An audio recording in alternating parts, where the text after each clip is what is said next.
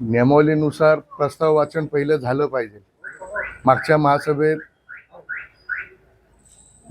उपमुख्यमंत्री अजितदादा पवार यांचं मी एक पत्र दिलं होतं प्रस्तावाचं स्मृतीस्थळासाठी, त्याचं वाचन सभागृहात झालं पाहिजे म्हणून मी मागणी करत होतो। परंतु त्याच्या आतच प्रस्ताव वाचन चालू असताना मध्येच त्यांनी म्हणजे मला बोलायचं आणि त्यांनी हा विषय सोडून भलत्याच विषयाच्या ते मागं लागले, म्हणून तिथं मी विरोध करून पहिले प्रस्तावाला मान्यता दिली पाहिजे।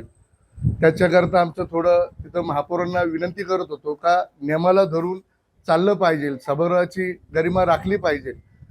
त्या निमित्ताने आम्ही तिथं महापौरांना मी सांगायला गेलो आणि तिथून महापौरांनी तो प्रस्ताव वाचला।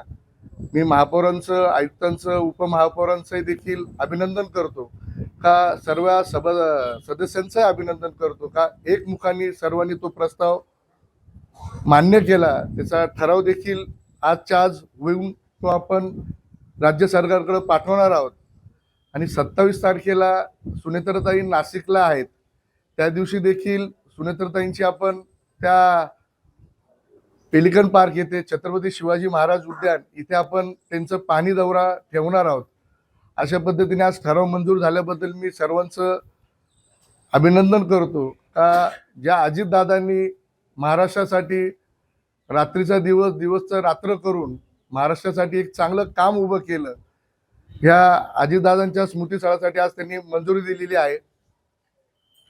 पण तुम्हाला हा प्रस्ताव मांडणी दिला जात नव्हता की काय होत होतं, म्हणजे वाद नेमकं कशामुळे झाला? तुम्हाला अजितदादांचं स्मारक उभारायचं यावर बोलू दिलं जात नव्हतं काय झालं? निश्चित मागच्या काळात तुम्ही बघितलं असेल, एक विशिष्ट वृत्तीचा तो व्यक्तिमत्व त्या घराणा आहे। कुठेतरी आपण एक चांगला प्रस्ताव टाकलेला आहे, त्या प्रस्तावाला कुठेतरी विरोध करायचा आणि कुठेतरी तो प्रस्ताव होऊ द्यायचा नाही आणि मला बोलू द्यायचं नाही, मीपणा ह्या सभागृहात दाखवायचा, अशा पद्धतीने त्यांचं आजचं कृत्य होतं।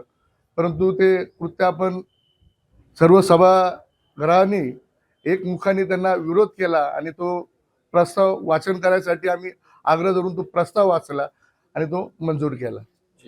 थँक्यू।